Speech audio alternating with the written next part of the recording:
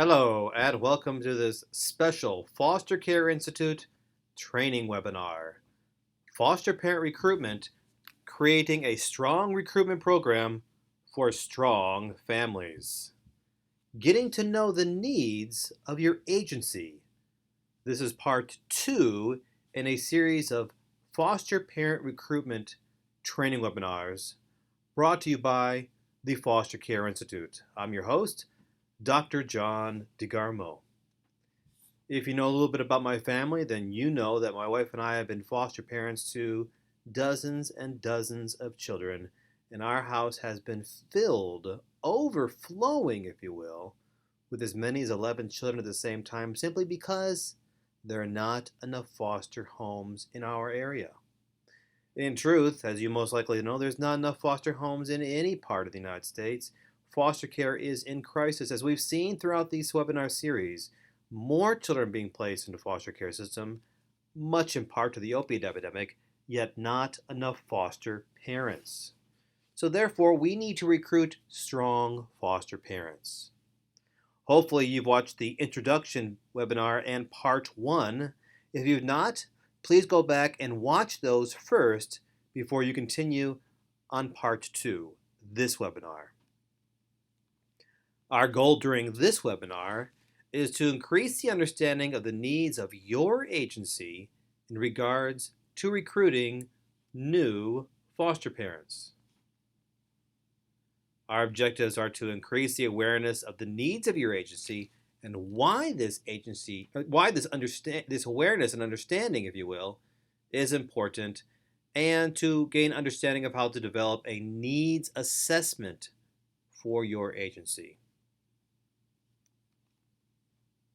Now, make no mistake, foster care agencies across the nation are struggling with the process of recruiting new foster parents. While the number of children being placed in foster care continues to rise in many states across the nation, it seems that the number of foster parents in homes is declining, growing less, if you will. Indeed, many studies suggest that. Just why are foster care agencies struggling with new foster parents, with recruiting new foster parents? As we saw earlier, there are many myths and misconceptions that the general public has about foster care today. What are those myths? What are those misconceptions? Well, let's examine some of those myths and misconceptions that are perhaps preventing more people from becoming foster parents. Myths and misconceptions that your agency not only needs to recognize, but also work to fix, also work to bring awareness to, also work to shed light on what foster parenting truly is. Perhaps the biggest misconception about children in foster care is that the children are somehow at fault. These children are, if you will, bad kids. Yet many in society do not appreciate that those children are victims. These children are suffering. It is not their fault. When placed into a foster care home, many of these children carry with them the physical and emotional scars that prevent them from accepting the love of another. For far too many, the news about foster parenting is one that is negative. There are so many negative myths and misconceptions surrounding foster care and foster parenting, both by the media and by word of mouth. Media drives these negative and damaging stories, it seems like, on a regular and daily basis. We continue to turn on the television, open up a newspaper, look online, and see stories about negative foster parenting experiences. This hurts the perception of foster care for the general public. Many believe that working with the birth parents or the biological family members of children placed in foster care is one that is so challenging, so very stressful, that it turns people away from fostering. In fact, reunification is often the end goal for most foster children, as you know. for children placed in foster care, the end goal is that of reunification. As foster parents, part of our mission, if you will, is to support unification with our children and biological parents. What is important to remember, though, is that, again, those negative stories that are in the news, the media is driving about reunification, it hurts the general public. So important to understand and to realize. There is that comment, perhaps you've heard it, I've heard it so many times. So many people make this comment to me who are not foster parents. They say, I could not do what you do. It would hurt too much to give the children from foster care back. Now, as one who has cared for over 60 children in my own home the past 17 years or so, as well as traveling the nation speaking about foster care, this is the one question that I hear several times a week. But my response is this: that's a good thing. It is supposed to hurt. Your heart is supposed to break. To be sure, children in foster care need stability, they need security, yet what they need the most is to be loved. As foster parents, we might be the first adults who have ever loved that child in a healthy and unconditional fashion. Sadly, for so many children, we might be the only adults who will ever love the child in this fashion, in an unconditional manner. So when the child leaves our home and our family, our hearts should break.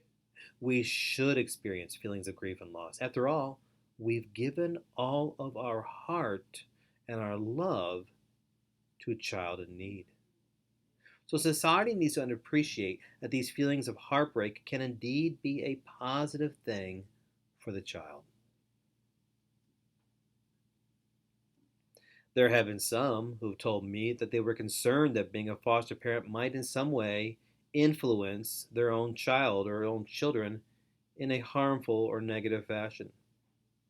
They voice concern that the children from foster care bring a negative influence to their own children. Instead, I think it is the opposite. My own children have been influenced in such a positive way from those they have lived with, have played alongside, have learned from, and have come to love. Our children have been introduced to a diversity of cultural beliefs and ways of thinking, and have come to embrace some of these differences as well. Additionally, my children have learned the joys that are found in adoption from the 3 that we have adopted from foster care, and have learned that family comes in different sizes, different colors, different shapes. My own family, as a foster family, has included children from so many different ethnic identities and cultures, if you will. As a result, my own children have so much more insight into how others live and others think than most children their age. So, in short, when you care for children in your own home from foster care, you'll be given the opportunity to show your own children how to be giving, how to be considerate of others, how to share belongings and time, how to be sensitive and understand the pain that others might suffer. Indeed, in a study, this found to be the case. A study by Twiggs in 2007 noted that biological children who were younger indeed matured at an earlier rate in order to interact with their older foster siblings. The same study indicated that older biological children, also matured earlier so that they would take care of their younger foster siblings. Another study, this time from Watson in 2002, found that biological children were expected to be more understanding and not retaliate to put someone else's needs before their own. This study had also noted that those who generally were older thought fostering was easier because they led them separate lives from the foster children, and their presence did not impinge upon them. Yet there are so many reasons why foster care agencies are struggling with recruiting. These challenges, these reasons go far beyond the myths, go far beyond the misconceptions, go so far beyond the mistruths that the media is perpetuating on a daily basis. These challenges go so far beyond that foster care agencies battle with every day. These barriers include difficulties in reaching out to the right people. Foster care agencies are struggling to reach out to the right people. unreturned phone calls to prospective foster parents by the agencies.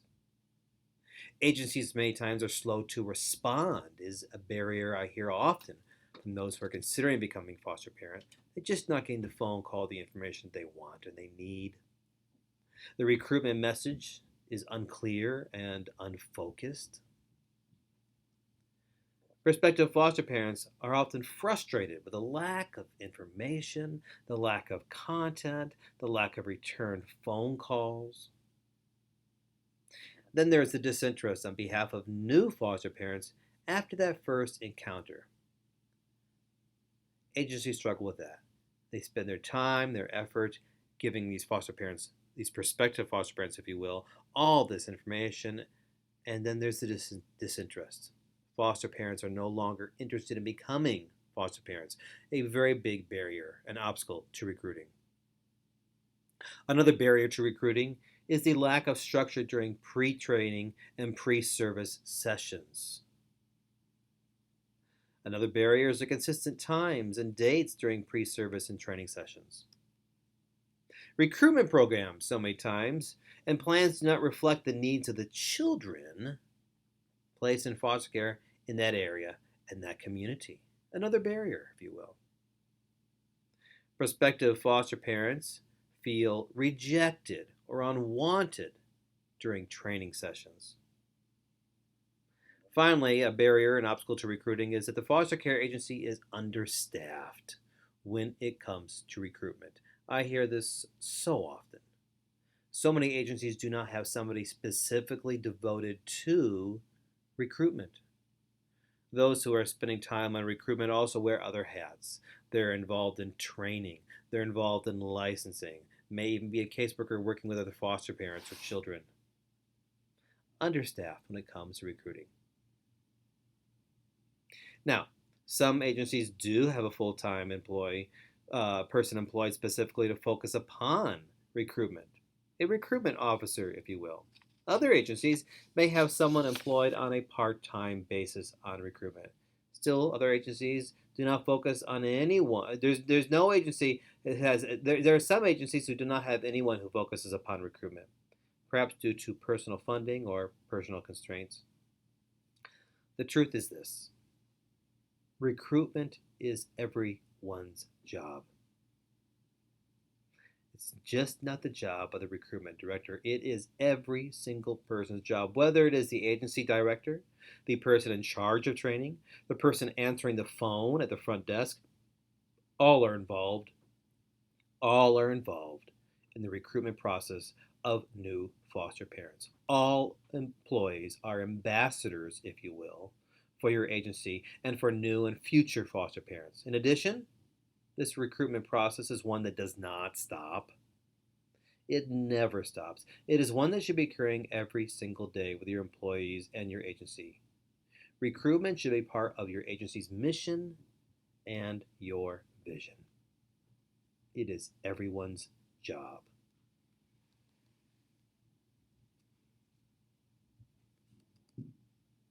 But just what does the word recruitment mean?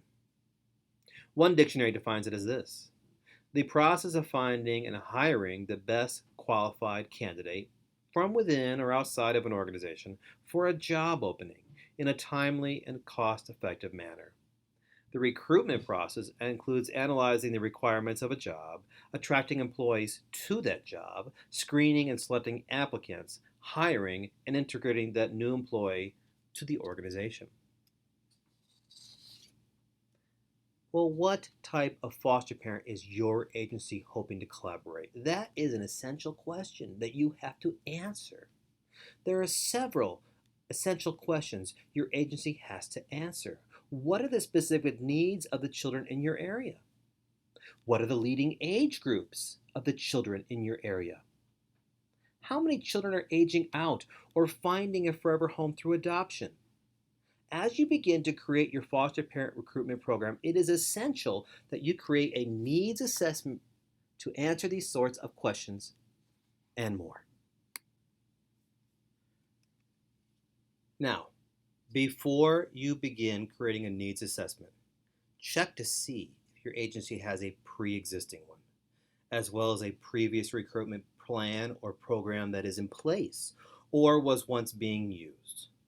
To be sure, you may have to use a template of sorts, so not to recreate the wheel, so to speak. So let's look at what a needs assessment might look like for your agency. To begin with, you need to assess your foster care community. And it begins with the children.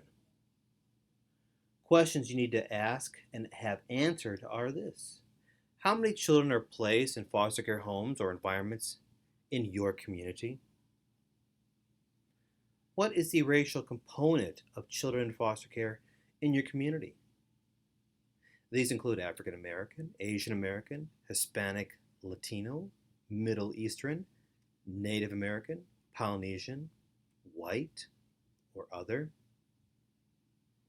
You need to assess the percentage of children being placed in care in your area, the age groups. What percentage are newborn and infants under 1 year of age? What percentage are 2 to 5 years of age in your area? What percentage are 6 to 9 years of age? 10 to 13 years of age? 14 to 18 years of age? What percentage of children placed in foster care in your area are older than 18 years of age? Another thing you need to assess before you begin recruiting foster parents, you need to have this answered. For those children who are placed into foster care in your area, what is the percentage? Now, the best estimate now, what is the percentage of children who are placed for reasons of behavioral health needs? What percentage of children placed in foster care in your area are placed for the death of a parent? Domestic violence victim. What percentage need emotional health issues? What is the percentage of children in your area placed in foster care are there because of inadequate housing or mental health needs? What percentage are families and parent members incarcerated? For those children placed in your area in foster care, what is the percentage of children who are placed there for reasons of physical abuse, for poverty, sexual abuse victim? What is the percentage of children placed in foster care in your area for reasons of substance abuse or for any other reason? These questions, these answers to these questions will better able to help you define what you need and what you are looking for in a foster parent. You also need to assess in your community the type of foster parent that you want. How many foster parents are currently licensed in your community? This will help you determine how many more you might need in the next 12 months. How many foster parents are currently licensed with your agency? How many single foster parents are currently licensed with your agency? How many married foster parents are currently licensed at this time with your agency? At this time, how many children are placed with kinship families or biological family members? How many foster parents speak another language? And is this a need in your area? And what languages are needed as well? Now, in regards to the types of support services that your foster parents might need or might request, in your best estimate, what is the percentage of foster parents who might need or might request child daycare, whether it's on a daily basis, or weekly basis, or monthly basis? For your area, what is the percentage of foster parents that have a need for training in regards to compassion fatigue? How many foster parents in your area are in need of counseling at this time? In regard to the type of support services, again, your best estimate, what is the percentage of foster parents that need or request health insurance? They need to request financial reimbursement in a timely fashion. They need, at this time, or are requesting service training. What is the percentage of foster parents in your area that need right now some type of training? Again, your best estimate, what is the type of support service for your foster parents that they need right now? How many need a mentor? How many foster parents right now? What is the percentage of foster parents in your area that really need respite care right now? How many foster parents in your area needed to join a support group or join a foster parent association that have not done so already? In regards to the types of support services with your agency, what is the percentage, or the best estimate, if you will, of your foster parents who need help or are requesting help with transportation assistance? How many need right now trauma-informed training? And as you may know, we have a webinar. In fact, we have a two-part webinar at the Foster Care Agency on that topic as well, so you might want to look at that. In part 4 of this series, part 3 of this series, I apologize, we will be looking at more issues, more assessment issues, if you will, that your foster parent agency needs to ask themselves, as well as what you need to answer before you begin to create a foster care recruitment program. We will be asking you to define your goals, your visions, and your mission. That is in the next webinar in this special series of webinars. Remember, recruitment program, creating a strong recruitment program is going to take some work, some effort, and if you want to do it successfully, it needs to be very, very in-depth and involved.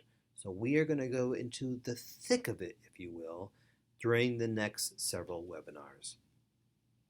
For much more information, make sure you contact me at drjohndegarmo@gmail.com. You may follow me on Facebook and Twitter and contact me there as well. And then, of course, for much more, many resources, visit me at the Foster Care Institute, drjohndegarmofostercare.com. Hey, your foster parents may be struggling right now. They might be struggling right now with issues of retention. This is a book you might want to get them. The Little Book of Foster Care Wisdom. 365 Days of Inspiration and Encouragement for Foster Care Families. It's a book foster parents across the nation requested from me to write. And now it's here for you to share with them, as well as so many other books at the Foster Care Institute. Hey, thank you so much for all that your agency is doing. Thank you so much for taking part in this special webinar series. I know you're overworked, you're overwhelmed, you're underpaid, you're under-resourced, you're tired, you're exhausted. You have so much to do. I appreciate all that you're doing. I appreciate all that you continue to do. I appreciate you taking time for this webinar. My hope is this. My hope is that tonight, for this evening now, you find a little bit of peace and a little bit of rest. Okay, my friend? For the Foster Care Institute, I'm Dr. John DeGarmo.